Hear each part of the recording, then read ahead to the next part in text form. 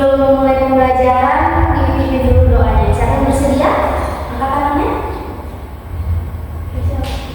Ayo, oke, silakan. Baik semuanya, sebelum pembelajaran dimulai, mari kita berdoa untuk kepercayaan masing-masing. Berdoa dimulai.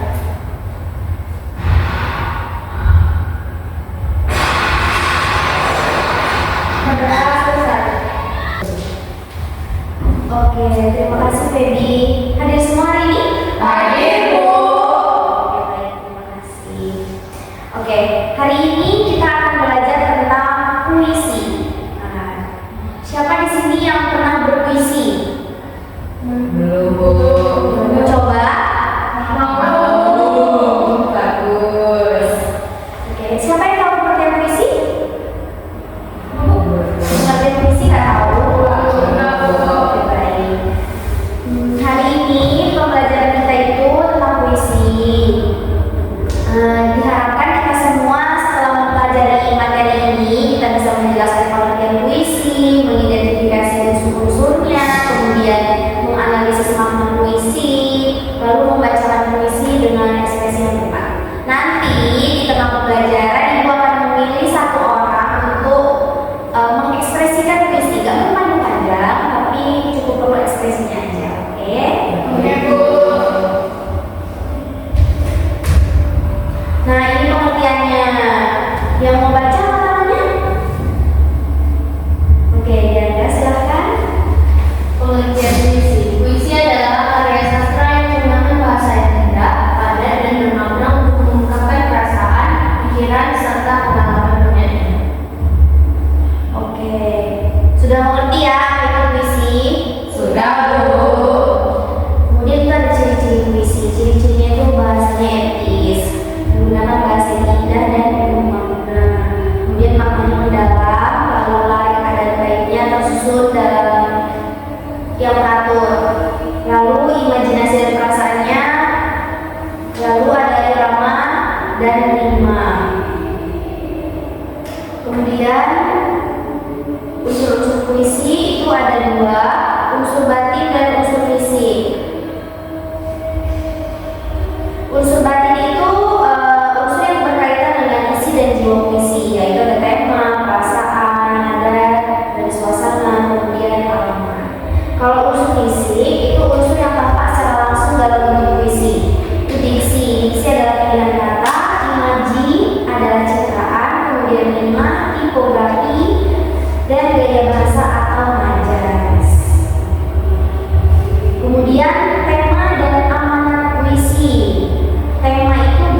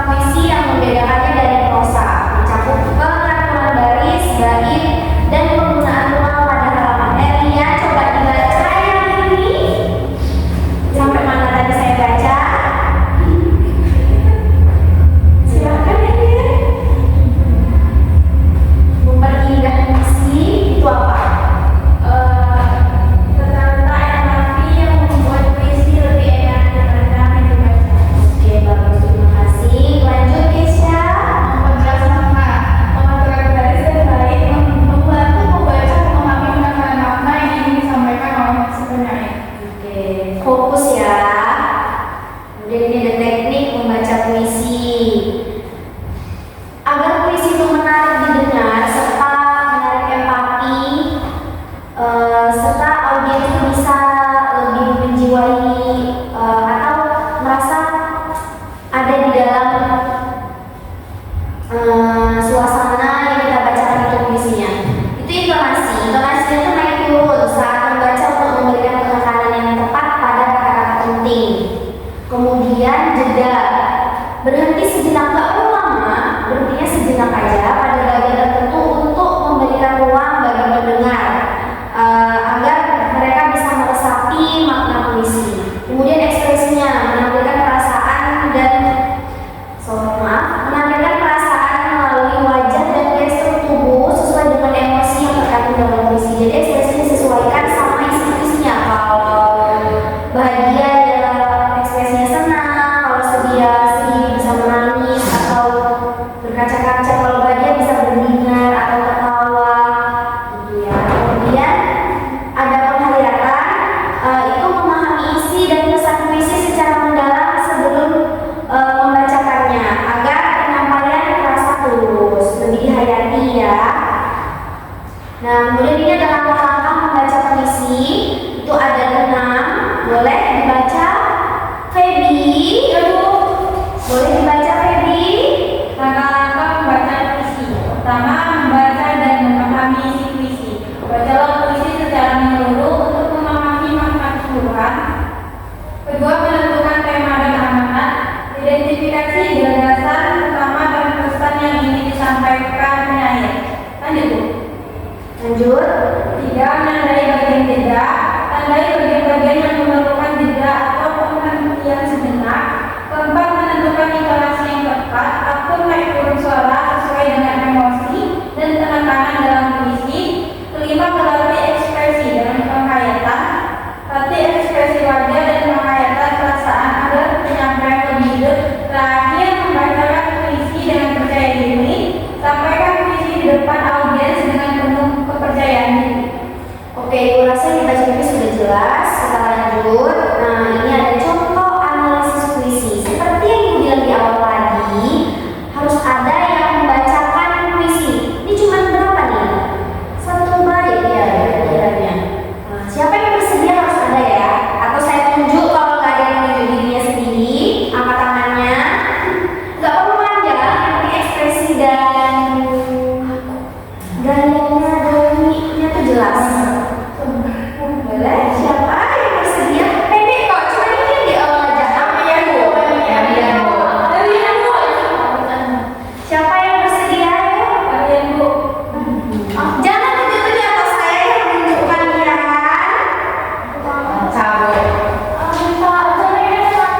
Oke, siapa? Masa nggak ada yang mau? 1 aja. Ini loh yang pendek doang. Cuma 1 bait mungkin.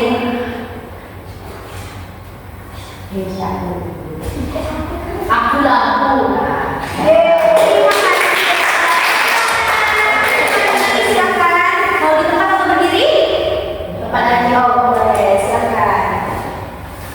Aku, kalau sampai waktuku, ku mau tak seorang dan merayu. Tepuk tangan. Boleh baca kepada tema diksi amanat dan penghayatan dari puisi tadi.